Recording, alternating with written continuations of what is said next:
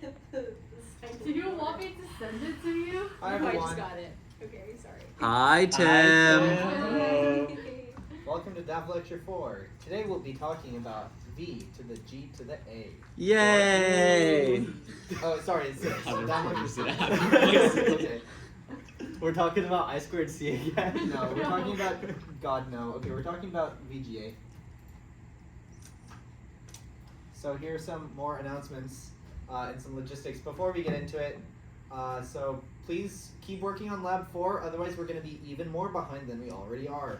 So I know it's a little tough, but we're going to actually work on it this weekend so that we can get you a skeleton. We're also hopefully going to do evening lab work sessions and or like work sessions on the weekends. Please actually check the announcements. As of right now, only 9 people have filled out the form.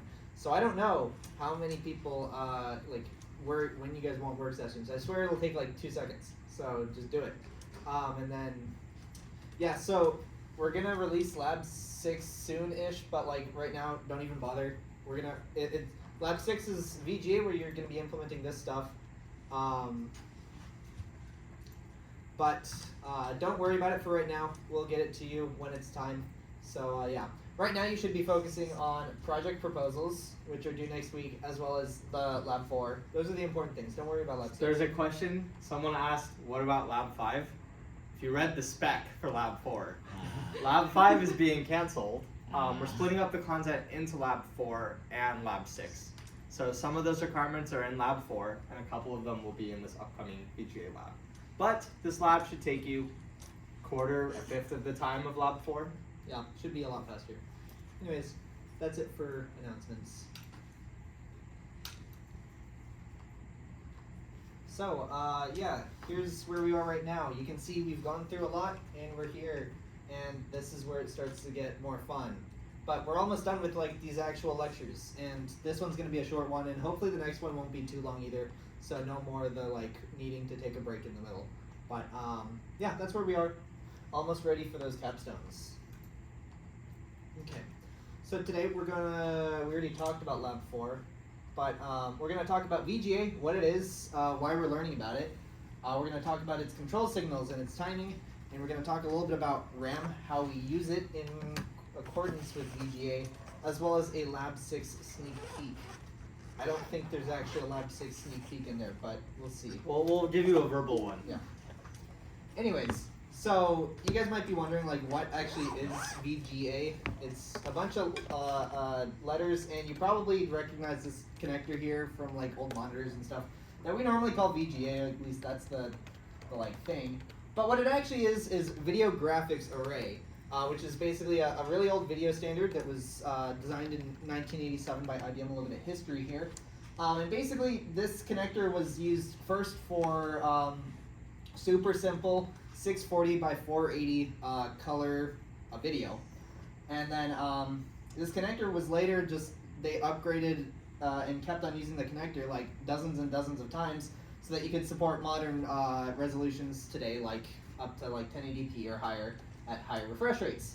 But what we're going to be using is all the way back to the OG VGA, that one on the list from Wikipedia, 640 by 480, yeah. Okay, so back to the history of VGA. You have to, in order to understand kind of how the protocol here will work, it's a good idea to kind of familiarize yourself with the technology that was around when VGA as a protocol was developed. So at the time we had these things called CRTs. Hopefully everyone's old enough that you've seen one of these, God forbid. Anyways, the way that these worked is that they had some electron guns for different colors, and they shot electrons at the screen here, which was an anode, and basically there was a really high potential voltage between these, and when the little electron shot at the screen, it would glow. It would make the anode here glow. So the way that this worked is that we had electron guns, and then we used our E&M knowledge using electromagnetic deflection coils. So using magnetic fields, we made our electron guns, or electrons swing up and hit at a specific corner of the screen. So we could basically just do this thousands of times a second and draw something, right? So to give you a little better idea of how this actually works, let's take a look at raster scanning, as they call it. So this is the way that CRTs actually drew images on the screen. What would happen is that we'd start in the top left corner and we'd draw a line, because remember, we only have that one little tiny electron gun, and we can move where it points, but we can only shoot one dot at a time. So we're going to go across line by line by line until we get to the bottom and go back. So as you see from these GIFs here, you can see the dot actually going all the way across the screen, line by line by line, drawing an entire image. And this happens a lot, or like this, that's what, 118,000 frames per second. So it's fast enough that your eye is still able to see all these things because our refresh rate is not 118,000 frames per second. So yeah, that's the idea here with how CRTs work. And yeah, the fancy word for this method is called raster scanning. So now that we have this in mind, we can kind of think about like how would we design a protocol to talk to a screen that uses this kind of technology, right? So that's where we get to the VGA protocol. Yay. Okay, so first of all, as Tim mentioned, you have basically 3 separate channels for your red, green, and blue. And your colors are going to consist of different values for these 3 channels. Now, if these were analog, for example, you could have like between 0 and 3 volts. You could, in theory, have an infinite amount of colors, right? Because there would be a different shade of red for 0 volts, a fifth of a volt, 0.513 volts, etc. We can't do that with digital, so we have to kind of pick how many sub-colors we want to divide into. And for this particular FPGA, we have 4 bits for every color. So this is called like 12-bit color, and you add up RGB. That's what we're going to be using for this VGA and this FPGA. So you get 4 bits per color. 2 to the 4 is 16. So that means you can have 16 different shades for each color. And then when you raise that to the 3rd, you have 4,096 possible colors, which I don't actually know what this... Yeah, these are actually all 4,096 possible colors. I wrote a Python script to make that like a year ago, so the cat is not one of the 4,096 colors. Well, it is one of them. It might be several of them, but yeah. But yeah, those are the colors. So if you were to basically say I only wanted red, and then you could have your that many shades of red. Yeah, you could have your 4 bits be that many shades. So these are just 12 of the possible colors. But then you can start mixing and matching, and you get all 4,096. Cool. Yes.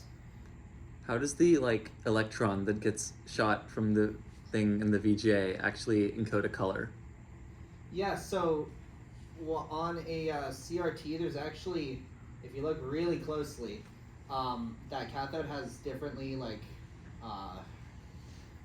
there's like 3 subpixels for R, G, and B, and the electron gun is precise enough that it shoots at one of those.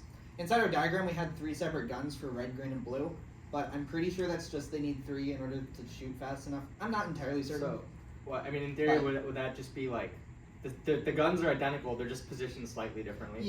Yeah, they're positioned slightly differently or aimed slightly differently.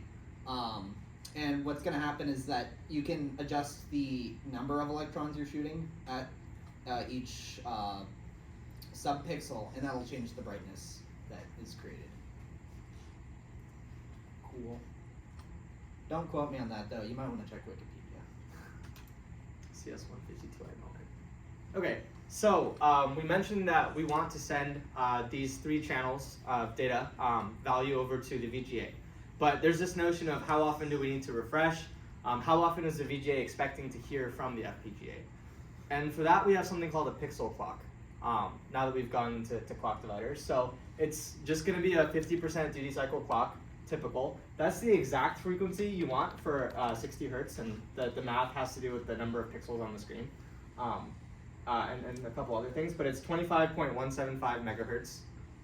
And then you send your data at the positive edge of the clock. So you can see on the waveforms, you're holding it stable till the next clock edge. So it should just be an always at positive clock. Yeah, so the idea is now we're able to send pixels down 3 different wires at a certain speed. Now what? Anyone see a problem with that?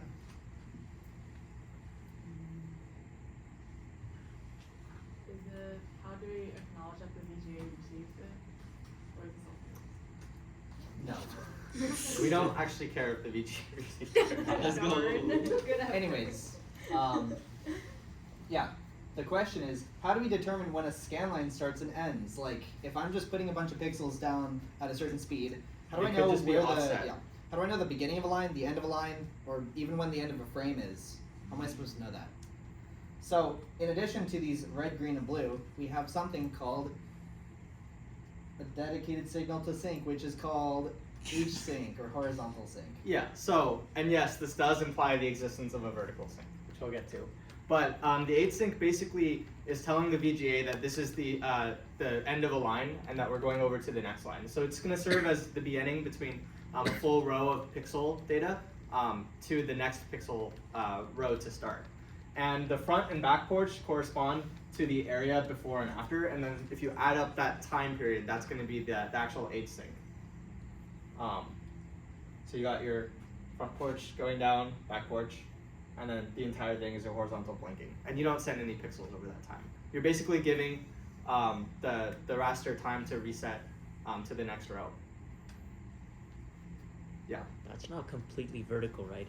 It has like slope that's like very steep, but like for the front and back porch, so that's why we need that time in between. Yeah, I mean, this... Kind of. This isn't exactly that, but the idea is you're scanning left to right, right? Moving 1 pixel is very, very quick. You can do it. But for moving from the end to the beginning of the next line and moving all the way horizontally takes a little more time. And we also just need it to synchronize. So there's 2 purposes. So if you think about, like, physically, back to the CRT, it chooses where the electron is going to hit based on the magnetic field that the electron experiences when it's getting shot, right? Yeah. So the idea is that we need to reset that electromagnetic field, and that takes a little bit of time. So we have this little bit of time here, and then also during this time we take a second to sample what voltage, what 0 looks like, so that we can get our black color. Would the length of the horizontal blanking interval just be 640 pixels because it has to move all the way back across? No, there's a specific amount of pixels that it blanks for, basically. We'll talk about that in a minute. Okay. Yeah, so the next problem is kind of like, how do we determine when like a vertical frame starts and ends? Because right now, all that horizontal sync does is it tells us when does a line start and when does a line end, and we just have infinite lines. So like, how do we determine what a frame is, right? So that's the implied vertical sync part of H-sync. So the vertical sync works basically exactly the same way, but instead of synchronizing the start and end of rows, you're thinking when you're at the very end of your screen, you need time to go all the way back up to that top left corner. And that's the vertical sync.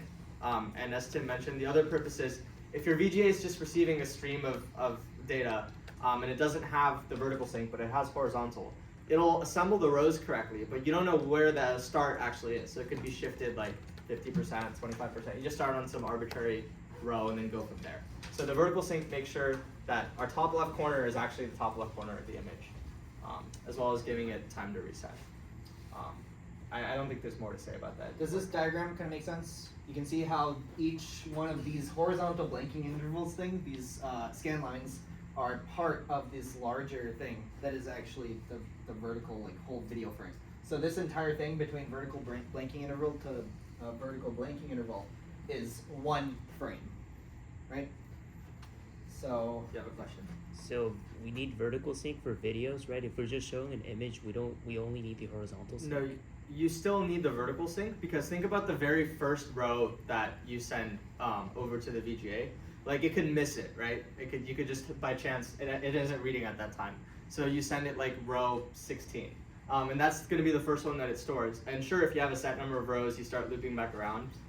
That's one reason why you need the vertical sync, because then you'll have like most of your image, and then the top part's actually at the bottom. It'll be offset.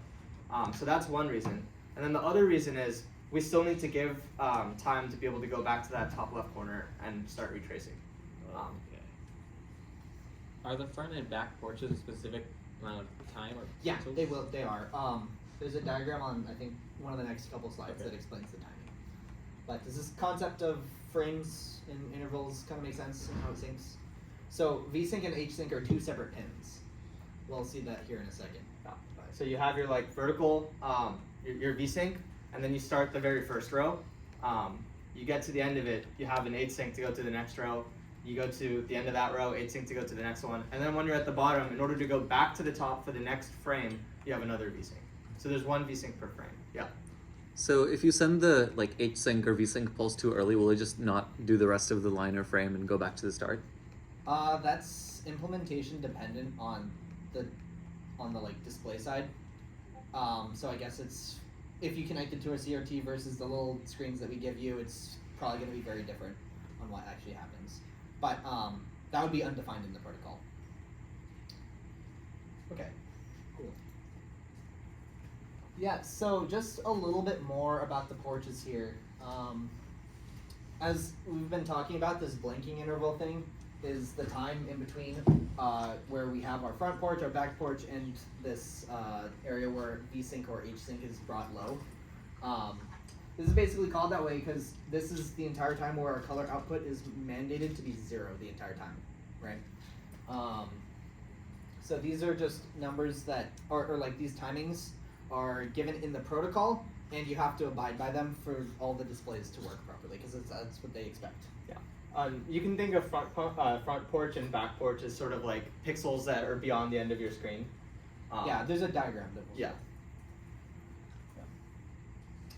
Yeah, and as we said, the other thing, during this time, this has to be 0 so that the display knows what 0 volts kind of looks like, what analog black is supposed to look like, because we have ground, but like it might be a little suspicious, but that's something that can help if we have like higher elevated gray levels or something. So, okay. Time to talk about actually defining all those things. So now that we kind of have an idea of what the protocol looks like, here's the actual definition for what we're going to be using. So here's that diagram I've been alluding to that basically shows you the timings in a way that it looks like there's more screen than there actually is. So the way that this works is that inside of each row, we're going to draw all of our pixels from 1 to 640, and then what we have is our blanking interval here. During this time, we spend the time of 16 pixels where we have our front porch, where color is black, but H-sync is still high. Then we spend 96 pixels worth where both color is low and H-sync is low. And then there's another 48 pixels where H-sync is high and color is still low before we start the next line. Does that kind of make sense? Yeah. Okay.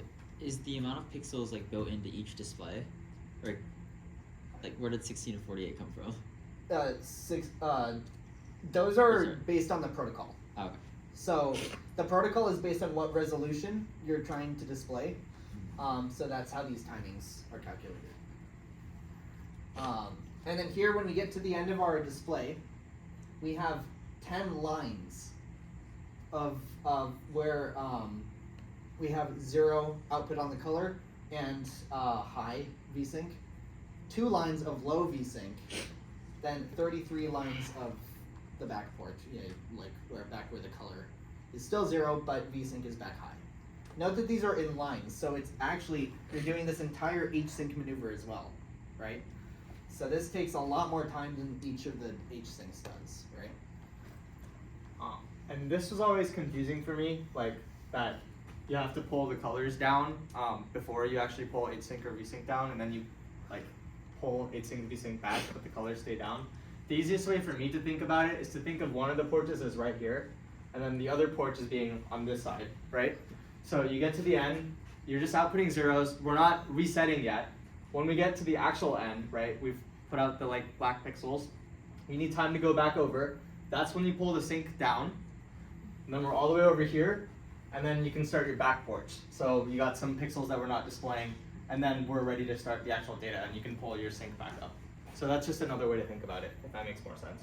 It's just a matter of where you put the front porch and back porch, but the timings work out the same. Yeah. So then what actually happens is that the number of pixels inside of our, that we actually output for our timing is 800 by 525, right? Instead of 640 by 480.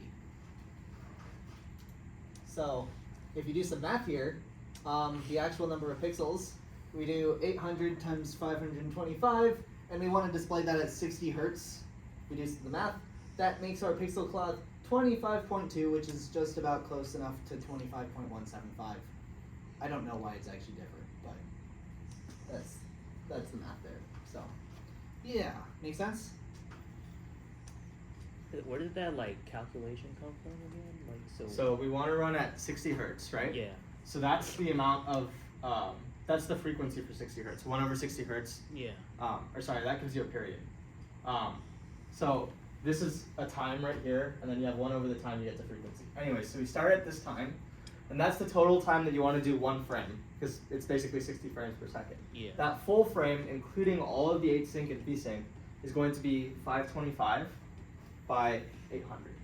So that means that the time for each individual pixel is going to be that like thing in parentheses. 1 divided by time gets you the frequency. So that's the frequency per pixel. If you do 1 over 25 megahertz, that's the time per pixel. Right. So it's just the frames per second divided by the number of pixels, basically. Oh, I see. Cool. Okay, so now let's talk a little bit about the actual implementation on our FPGA, because if you've noticed, we have one of those nice VGA connectors on there.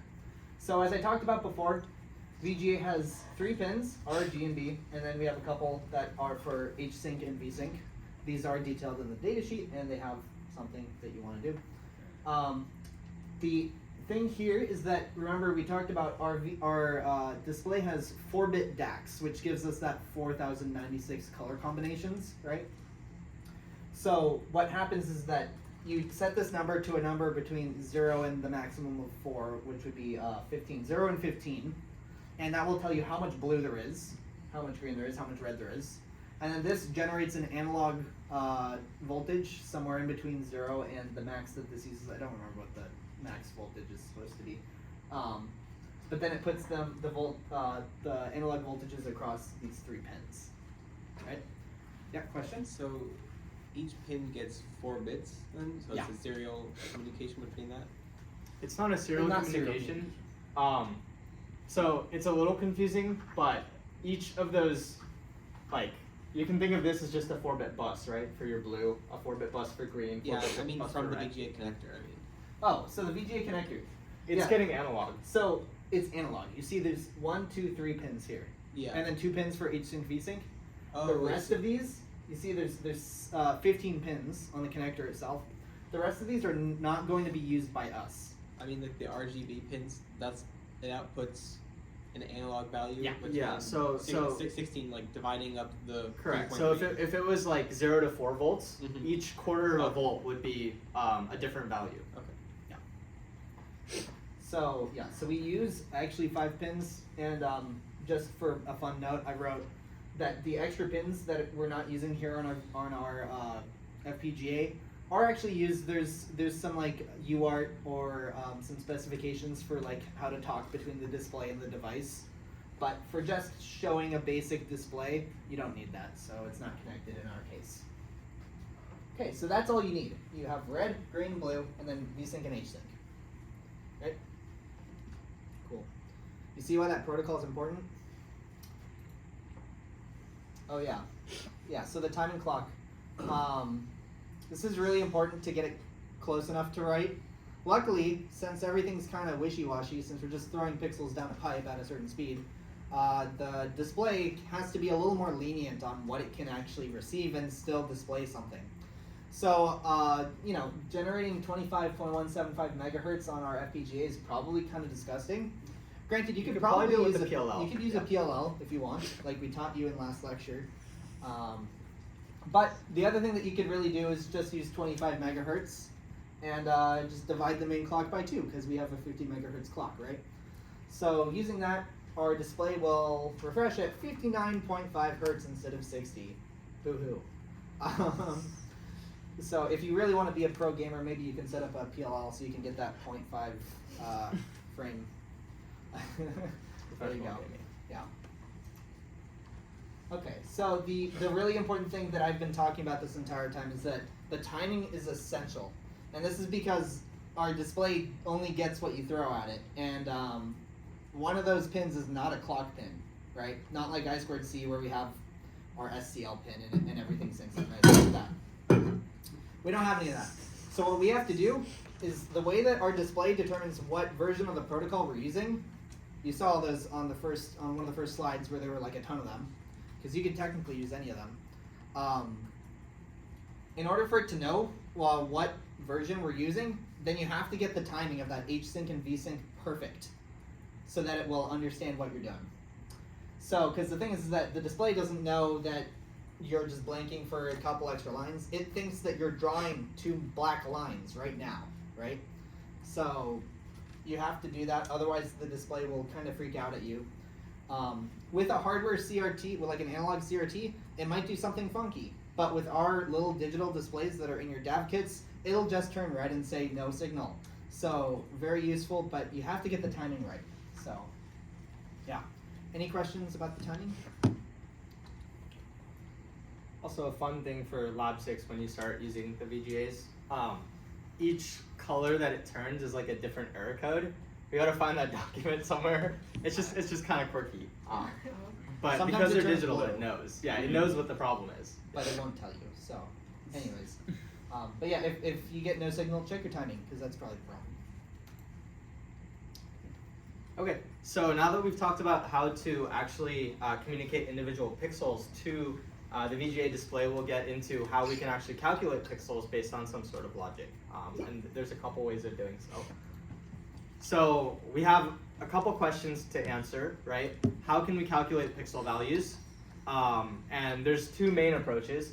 The first of all is, since we're already scanning pixel by pixel, you have some logic for your VGA that's going pixel by pixel. It takes into account your horizontal blinking, your vertical blinking, and all of your porches and all that. And basically, every time you look at a pixel, you take that coordinate and you ask your main logic: is there supposed to be something here? And you do it that way.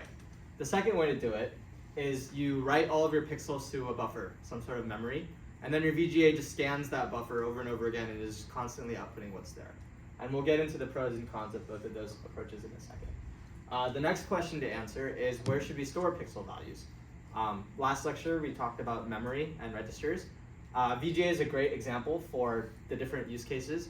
If you want to do the top one, where you basically calculate the pixel at runtime, you can use registers, because you don't actually have to store that much information, right? So if you have like a very simple background, you just want like a pixel like moving around that you can control or something like that, you know that you have a background that's 1 color, that's a few bits, and you know the location of that little box, that's a few bits. You don't actually need to store every pixel. And in cases like that, you can use registers and the first method and save yourself a lot of heading. But if you want to do something more complicated, we're gonna have to look into memory and storing all those different pixels somewhere. And they don't fit in registers. No. Remember how many pixels there actually are. 640 times 480 times 3 colors times 4 bits. It's a lot of registers. So if you want to store a whole buffer, then you might want to use memory. And if someone wants to do the math real quick and let us know how many bits that is, feel free. You have your laptop out. But okay, so here's the first approach that we talked about, and that's to calculate the correct output pixel by pixel, and just do it within the VGA driver. So as an example, maybe you're playing Brick Breaker, and your objects are the bricks that you're trying to break, the ball that's moving around, and the platform that you control.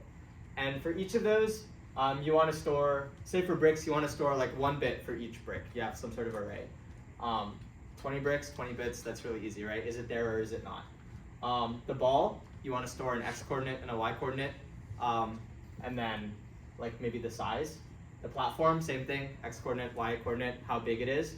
And that's all you need to know, because if you scan pixel by pixel, and you're looking at your image, all you have to do is, if I'm at coordinate x, y, is there a platform there?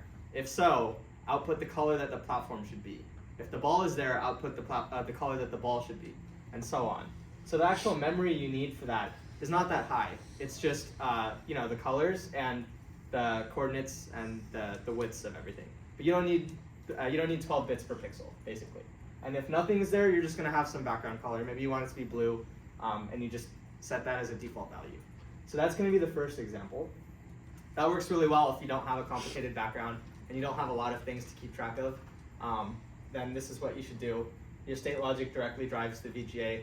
It's very simple, it's very responsive. So that's one approach.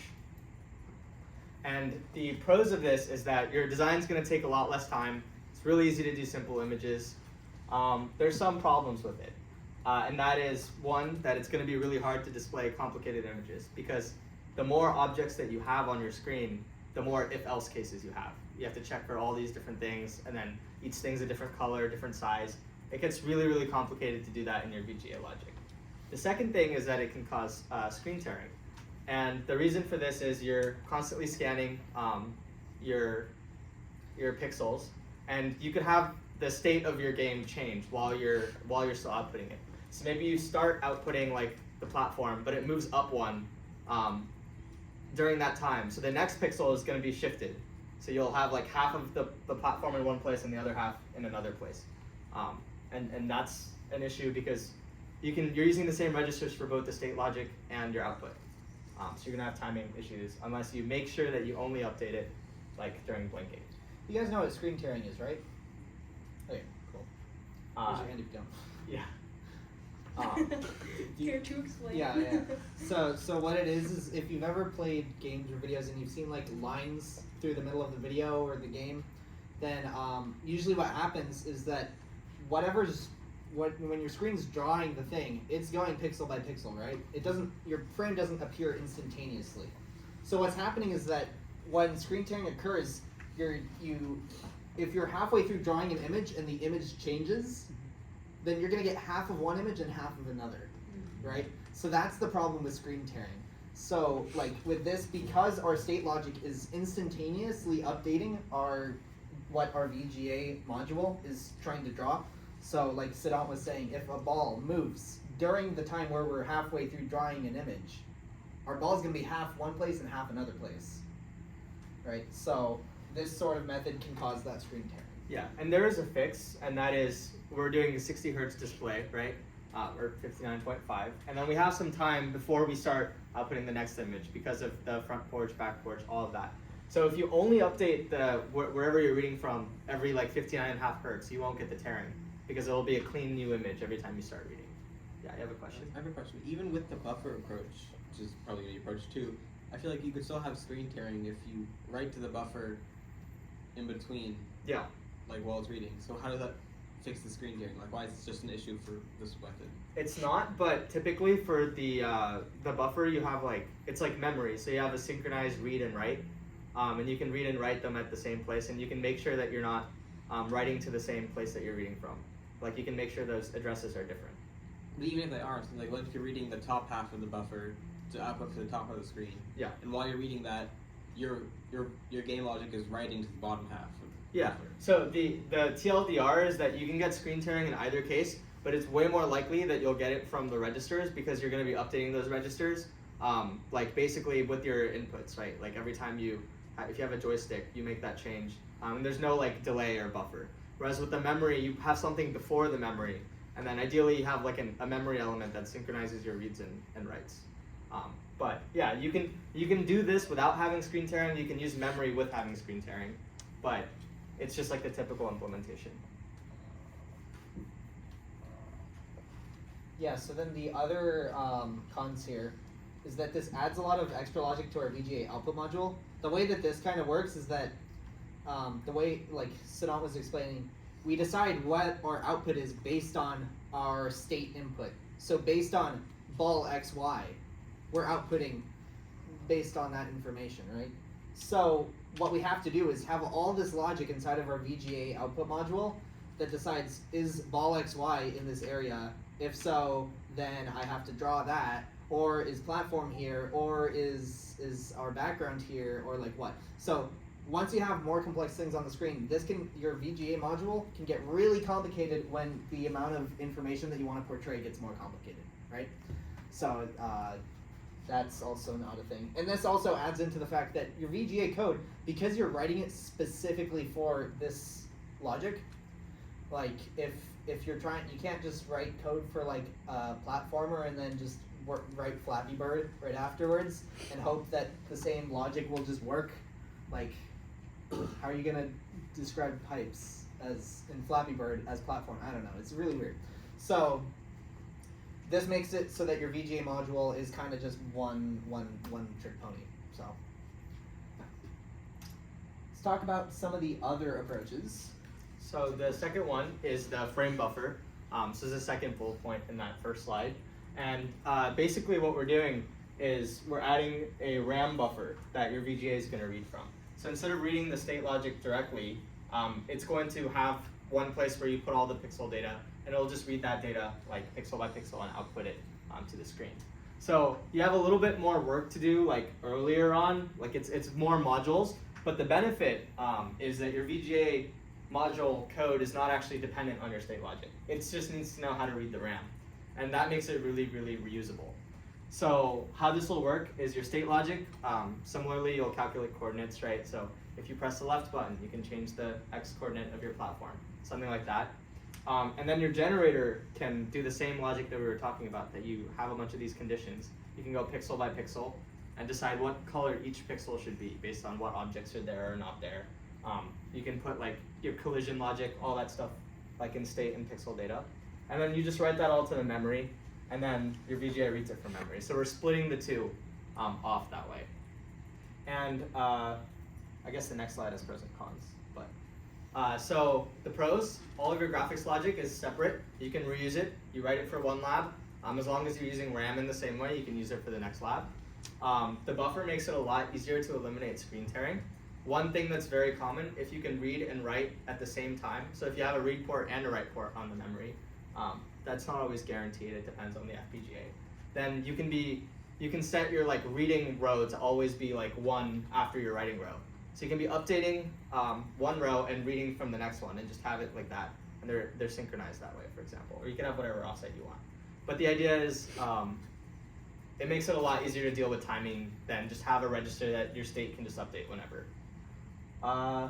We can display more complicated images. As Tim mentioned, there's a lot of different bits. I don't know if anyone did the math for the image. Oh, you have something? It's 3.6 million, I think. Yeah, so 3.6 million bits, that's 3.6 megabits. Yeah. So you divide that by 8 and you get like, what? Mental math. We get 460 kilobytes. 460 kilobytes. So Yeah. think about that in registers. Yeah, that's not going to work out. Yeah. So you're going to have to use RAM if you want to store everything pixel by pixel. Yeah, and that's the main reason we go for RAM. And that way you can have like each pixel be a different color, and you still don't have to worry about running out of registers, because you can have your logic to put the colors in your graphics generator, which only uses a small amount of registers because we're doing one thing at a time. But then you actually store them in RAM, and you have so many different bits in RAM. RAM's massive compared to the amount of registers on your board. I think that's it for the pros. The cons, it's going to take a little longer, it's more complicated, but that's usually because your design is a little more complicated, and you don't want to just do it in registers. And then you want your processing to occur during blinking, right? So as Jacob mentioned, you don't want to read and write from memory, and then you can still get the same screen tearing issues. So, okay, yeah. How do you make sure that the processing only occurs during the blinking window? So yeah, what you'd have to do is clock your process or the stuff inside graphics generator that takes in the game state and writes everything to RAM that is new or has changed inside the image. That has to happen triggered based on your VSync, right? Okay. So during that blanking interval, you remember there's like 40 lines of where you just don't do anything. During that time, you can reprocess everything that you need to here, write everything into here, and then during the time where VGA is displaying, this is static. So does that mean that like you can't read inputs while it's outputting a scan line? You can read inputs, but That will you can't change here. you can't change this, really, or you shouldn't change it, right? So you can read the inputs, but we can't do anything with it until it's time to update the entire screen again. So how do you know what's changed if you can only read the inputs but you can't do anything about them? So yeah, you can read the inputs, all of your game state logic or whatever you're using to determine what goes into your graphics can happen at way faster than the display rate, right?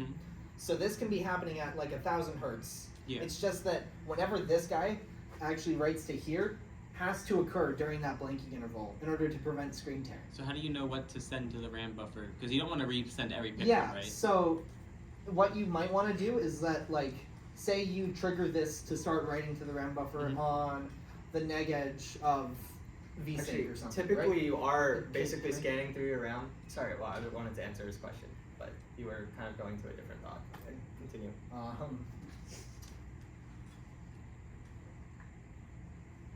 I interrupted my thought process. Yeah, so you say you trigger this based off of that. You can take in like a register value of what this was at this exact instant where you're going to be writing to RAM buffer. Yeah, right? but do you want to rewrite all your pixels every No, time? you don't have to. So then I'm saying, how do you know which pixels to write and which ones to leave the same then? That's up to your logic. But like I'm saying, don't you have to know like the previous state and the current state of everything in order to like know what's changed? In your game logic and in here, you Yeah. might be able to. So you might know that, oh, my platform moved left by 10 pixels. So if it only moved left by 10 pixels and my thing's 80 pixels long, then I know that 70 pixels aren't going to change, and only 10 pixels on each side need to change. Right? So like maybe in the state logic, would you have something like a counter, like of how many frames or or not frames, but like of how long you've been like holding left or something like that in the state logic, and then you give that to the graphics generator then? Well, yeah, so think about it this way. You don't really need your inputs to be updating faster than your frames. Yeah. You don't have to. I was saying so. Should we just have it to where it only reads in? So like, it in the state logic, it's like polling, right? And then it reads an input, and so it stores that input, right, as like the input's been seen, right? And then it sends it to the graphics generator. And then how are we supposed to know? Like, because we're only sending, right? We're only trying to send the pixels that need to be changed, right? Yeah. So how do we know what needs to be changed if all we have is like the state, not the inputs? May I? Yeah. Okay, so since RAM is pretty wide, the read and write ports, typically what you do is you store an entire row in RAM. Mhm. So since you're redrawing the row anyway, usually you send all the pixels again. You don't just send the changes because that's more work.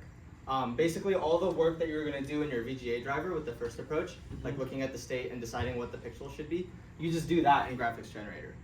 So you are actually going to send all the pixels back to RAM, but that's because you're writing an entire line at a time. Like you can't just read from the RAM and then change a few pixels and write it back. That's more work. Okay. It's more work than just redoing the logic. Yeah, it's just implementation dependent. So on like what you'd say like I want to send back. So you say like I want to send this row with these changes back basically to the RAM. No, the RAM? you're regenerating the row. You don't read it out from the RAM. I see. So there's two different ways to do it. There's one way where every single time that you need to write to RAM during that blanking interval, you just regenerate everything that you needed and write Okay. all of the frame to RAM, which you should have enough time for because this is pretty quick. It's actually faster because the read has more latency than the combinational one. Yeah. So, anyways, yeah, what you would do is just rewrite the entire frame there. Okay, so you want to rewrite every row basically and regenerate it Yeah. and send it to the RAM buffer. The other method to do is to know where things are and be able to say, okay, change this bit to that, change that bit to that, Yeah. right? But that's obviously a lot more work. Okay. The idea is that your pixels are being generated like combinationally, right? So actually regenerating them is like you don't have to do anything. You just have some logic that's like based on these coordinates, the pixels should be like this. So at the next clock cycle, even if you change the coordinates, your pixels, you still have a new set of pixels. You just have to write them into RAM. Okay. Good question. And wait, can you read and write like from and to the RAM at the same time, or like can you just do No, one you at a can't. time? You can only, so you can have a read port and a write port, but if you want to read from the RAM and change those bits and write them back, you give something to the RAM, like you give it the address, then the next cycle you get the data from that, then you can change it, then you can give it the right address, and then on the next cycle it'll actually update it. So it's Oh. very slow. Oh, okay. That's why there's a lot of latency because you have to go back and forth a lot of times. Yeah, that's why typically you just rewrite the whole thing in. Right. It's like unidirectional. Like you just write it like each and every time. Yeah, and then your VGA is doing reads, but it doesn't do anything, like it doesn't feed back into the write logic. Okay, I think that makes sense. Okay. Cool. Let's go into the next approach. Oh yeah. Actually, we go back to the previous. Oh. Yeah, so another thing right there, since we only want to update the RAM buffer basically at 60 hertz, if you have like multiple inputs, like say you do some left right on your nunchuck, you can collect that and change your register, but you won't see anything on the screen. Or like maybe if you have like a reset or something, you're basically forcing a window that you can actually make updates, and that causes some latency. And that's we have an optimization to sort of get around that. And that is to have ping pong memory. And that's basically you alternate frames. So on one frame, you're writing to one buffer, and you can write to this like as fast as you need to, basically, because we're not reading from it. We're not worried about tearing. And you'll actually be reading from buffer B. And then the next frame, you're going to start reading from buffer A, which is the most recent changes. We can start writing to buffer B. So we're using two memories, reading to one, writing to the other, and we just keep swapping back and forth. And we're reducing that latency that way, so you don't have to wait until. So I guess so kind of like since originally if you only have one RAM buffer, right, you can't read and write to it at the same time. So you just have two that lets you alternate. Could you extend this approach even more, or is it ideal to just have two buffers? You could have more than two, but I don't see what the benefit would be. Yeah, because, the only benefit would be is if you wanted more time to process. Like if you were okay with having less or much higher latency, in order, like say whatever calculation you're doing to determine what your frame actually looks like takes like 3 frames of time to actually figure out, right? And if you do that in such a way where you have a bunch of buffers, what will happen is that, like, say you have like a DAV, your frequencies will be like a quarter of a second late, but it will show every single frame in order just a quarter second late, right? So it's like a latency thing. Oh, okay.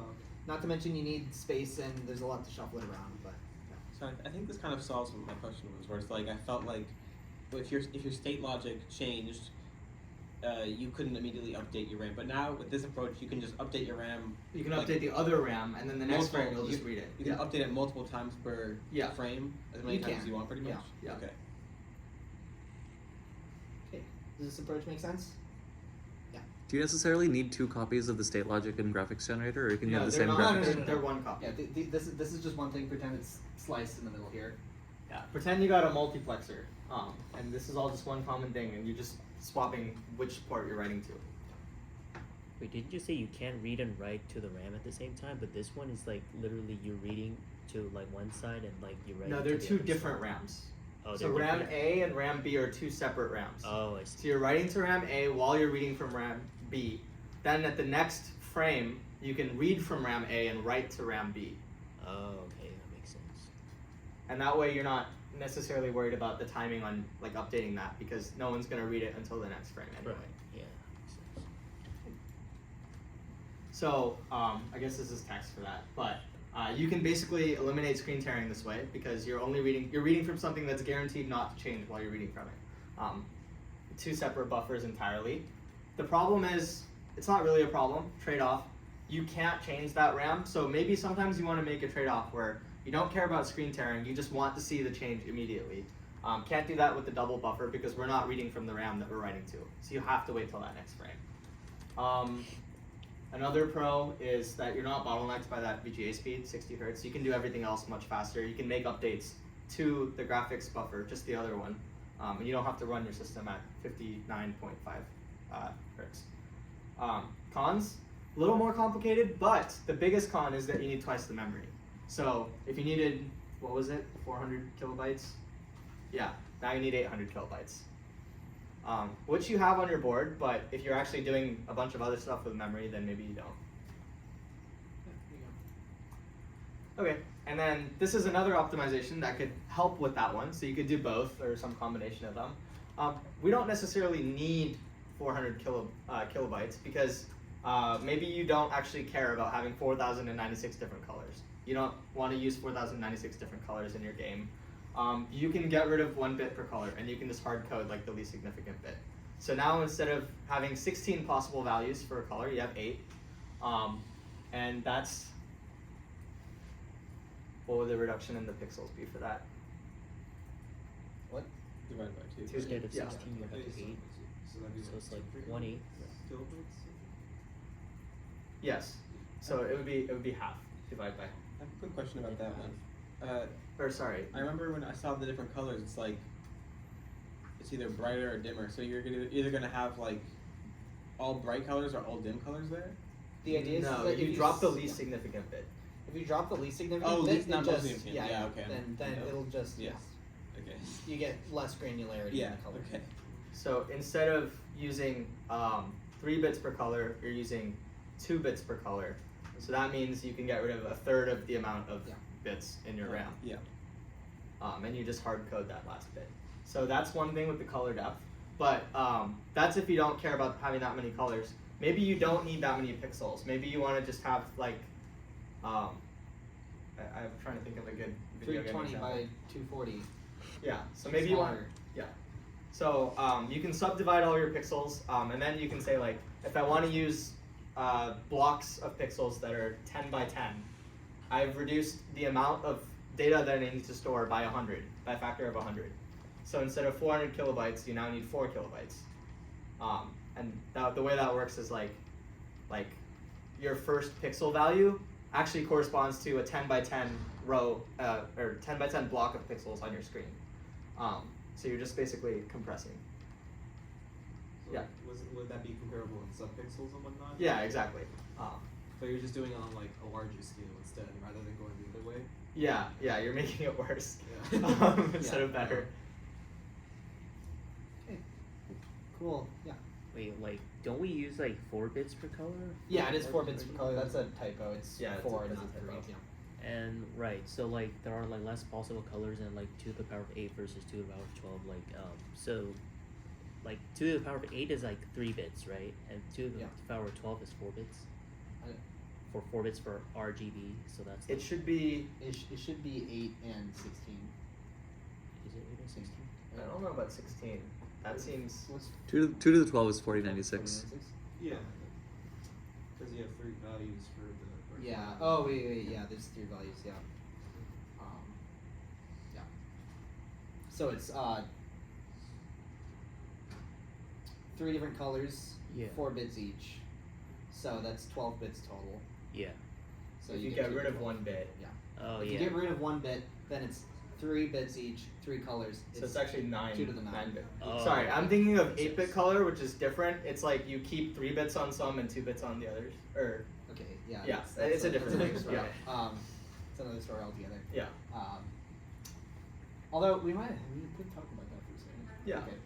But before we do the summary, I will talk about 8-bit color for a quarter second because it's kind of useful if you're doing the complex RAM stuff.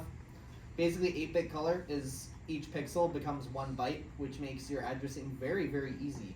But 8 does not divide into 3, right? So what you do is one of your colors just doesn't get an extra bit, like red. Sorry, red. Is it usually red? I think it's usually red that gets dropped 1. I'd have to check on that. But 7-bit color just drops 1 of the bits from one of the colors. Sorry, 8-bit color drops a bit from one of the colors. So if you want to squeeze it into RAM and have it nice, then that's a way to do it. So the 2 of them would be 3, 1 would be 2. So you're Okay. actually dropping 1 from all of them Oh, and then yeah. an extra 1 from 1. Yeah, sorry. Yeah. Sorry, that's where the 2 to the 8th comes from on the previous slide. That's 8-bit color. Okay, so in summary, we learned about VGA, which uses these analog RGB signals, and we output them at a set clock based on our protocol. It uses HSync and VSync to sync our video frame together and get our timing working. And that timing is super essential, otherwise everything will break. And then the other thing, we talked all about the RAM buffers and how we're going to organize kind of drawing to our screen. Whether you want to use live calculations, single RAM filters, or not next time, the dual RAM frame buffer. Not next time, that's a lie. That this time? The next lab. The next Oh, lab, okay. yeah, the next lab will, yeah, I don't know. So, is that just going ahead? Is that like where you have like 2 RAMs and you write to this one and this one writes Yeah, to this one? And yeah. That was the ping pong. Yeah, you can just call it ping pong. Oh no, I meant you have like 2 blocks and like this block writes to this block and that writes to this block. I don't know about that one, Chief. Oh, okay, not that. Yeah, not that. Okay. Are you referencing a diagram? That's Or- that's Yeah. if you wanted to have like, one of the ones where it was. Want to go back? I just meant like if you had like a block A and a block B of RAM, and the block A always writes to block B, and block B always goes to the screen. Yeah, so you just Yeah, that's a different thing. Okay, yeah. that's okay. That's if you wanted to store 2 frames, so you'd have like a frame Yeah. of latency. Yeah. But you'd have 2 frames. So yeah. Okay. Cool. That's it for VGA. Thank you guys for staying here. Couple more things. Reminder again, project proposal due next week Wednesday. 3 people have done it. That's not that many. So please think about your final project and ask us if you have any questions. All you have to do is fill out the form. It's really easy, I swear. And yeah, questions. Cool. Lab 4, we're gonna work on it. This hopefully We'll get have a you work session okay. on Saturday, and then we'll have a full DAV work session Okay, on well, Saturday. yeah, he and I will have a work session on Saturday. When will the Sunday one be? What? When will the Sunday one be? It's not finalized to Haven't- be Sunday, but haven't timed it's it. leading Okay. in the form. Which There will be a work session in the near future. In the near future. Time and location to be determined. Okay. But this weekend or not this weekend? Or before next weekend. So, So so, this so weekend. sometime next week, but just not like. It could be Sunday. I don't know if Sunday's free for the lab or not, but we need to work something out. We'll give you at least a couple days of advance notice. I swear. Yeah, cool. And then next time you'll be doing this. So Huh. yeah. Makes There's sense. a lot to interpret from this. Speaks What does it know with the right? Try to go fast. Optimization. Just transform into a car. Fourier series, Oh, Fourier Fourier transform. transform. Plus- Fast What's the Fourier first one? Oh, transform. I thought you were going fast. Oh, transform. Fast Fourier transform, bruh. Oh, is that fast? Wow, Oh, okay. Respect for that. I was not. Okay. Yeah, Thanks, only got guys. the four.